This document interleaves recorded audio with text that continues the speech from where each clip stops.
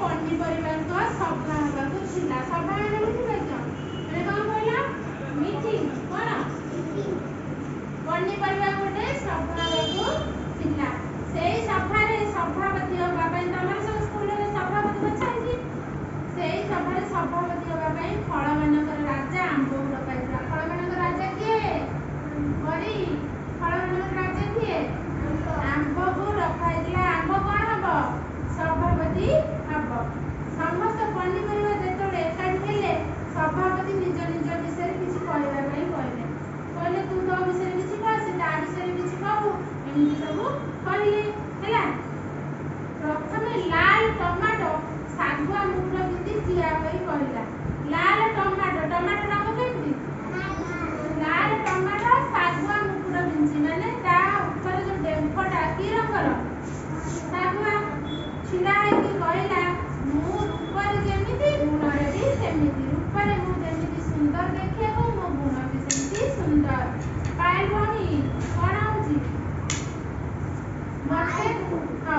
ମତେ ତରକାରୀରେ ପକାଇଲେ ତରକାରୀ ସୁଆଦ ଲାଗେ, ସୁନ୍ଦର ବି ଦିଶେ। ଟମାଟୋକୁ କୋଉଠି?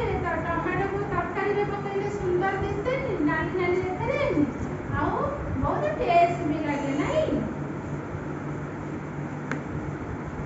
ସେଠୁ ମତେ ଚଟଣି କରି ଖାଇଲେ ଭାରି ବଢିଆ ଲାଗେ। ଟମାଟୋ ଚଟଣି ଖାଇଛ? ଭଲ ଲାଗେ କି ଲାଗେନି? ଭାରି ବଢିଆ ଲାଗେ। ହେଲା।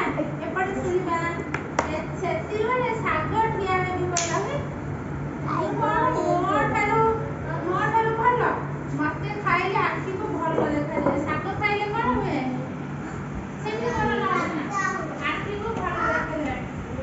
ମୋର ରଙ୍ଗ ଏତେ ସୁନ୍ଦର କି ଯିଏ ଦେଖିବ ସିଏ ଅଟକି ଯିବ। ଶାଗ ବହୁତ ସୁନ୍ଦର ଦେଖାଯାଏନି? ଶାଗର ରଙ୍ଗ କେମିତି? ଶାଗର ରଙ୍ଗ କେମିତି? ଶାଗ କେମିତି? ସଜନା ଶାଗ ଖାଇଛ? ଶାଗର ରଙ୍ଗ କେମିତି?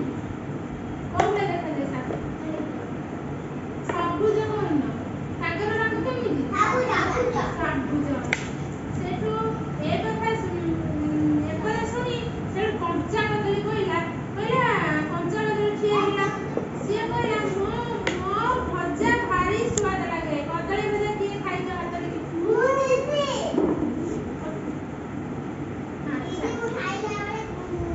କଦଳୀ ଭଜା ସୁଆଦ ଲାଗେ କି ନାହିଁ? ହଁ, ଭାରି ସୁଆଦ ଲାଗେ। ପାଟିରୁ ଲାଳ ବାହାରି ପଡେ। ପିଲାମାନେ ଆନନ୍ଦରେ ଗାଆନ୍ତି, ଆହା କି ମଜା କଦଳୀ ଭଜା, ଆହା କି ମଜା କଦଳୀ ଭଜା। ମତେ ପିଲାଠାରୁ ବୁଢା ସମସ୍ତେ ଖାଆନ୍ତି। ଆହା କି ପାଚିଲେ ତ ମୋ କଥା ଆଉ କୁହନା।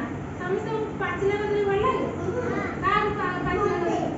ଆଚ୍ଛା, କଞ୍ଚା କଦଳୀ କାହାକୁ ଭଲ ଲାଗେ? ସମସ୍ତଙ୍କୁ ଭଲ।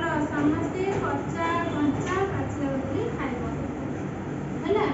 ତାପରେ ସେଠୁ ଏମିତି ମିଠା, ଯୋଉ କଦଳୀ କହୁଛି, ମୁଁ ପାଚିଲେ ଏମିତି ମିଠା ଯେ ଲୋକ ମତେ ବହୁତ ଭଲ ପାଆନ୍ତି। ସେମିତି ତ ଅସନା କରନ୍ତି। ହେଲା। ସେଠୁ ତାପରେ ଅମୃତଭଣ୍ଡା ସେଠୁ ଆସିଲା। କହିଲା, ଏପଟେ ଶୁଣି ଅମୃତଭଣ୍ଡା ଠିଆ ହେଇ କହିଲା, ଲୋକମାନେ ମତେ କଞ୍ଚାରେ ବି ଖାଆନ୍ତି, ପାଚିଲେ ବି ଖାଆନ୍ତି। ଅମୃତଭଣ୍ଡା କଞ୍ଚା ଆଉ ପାଚିଲେ ଖାଆନ୍ତି? ହଁ। ପାଚିଲେ କ'ଣ ଲାଗେ? ମିଠା ଲାଗେ। ମୋ ଗୁଣ କ'ଣ?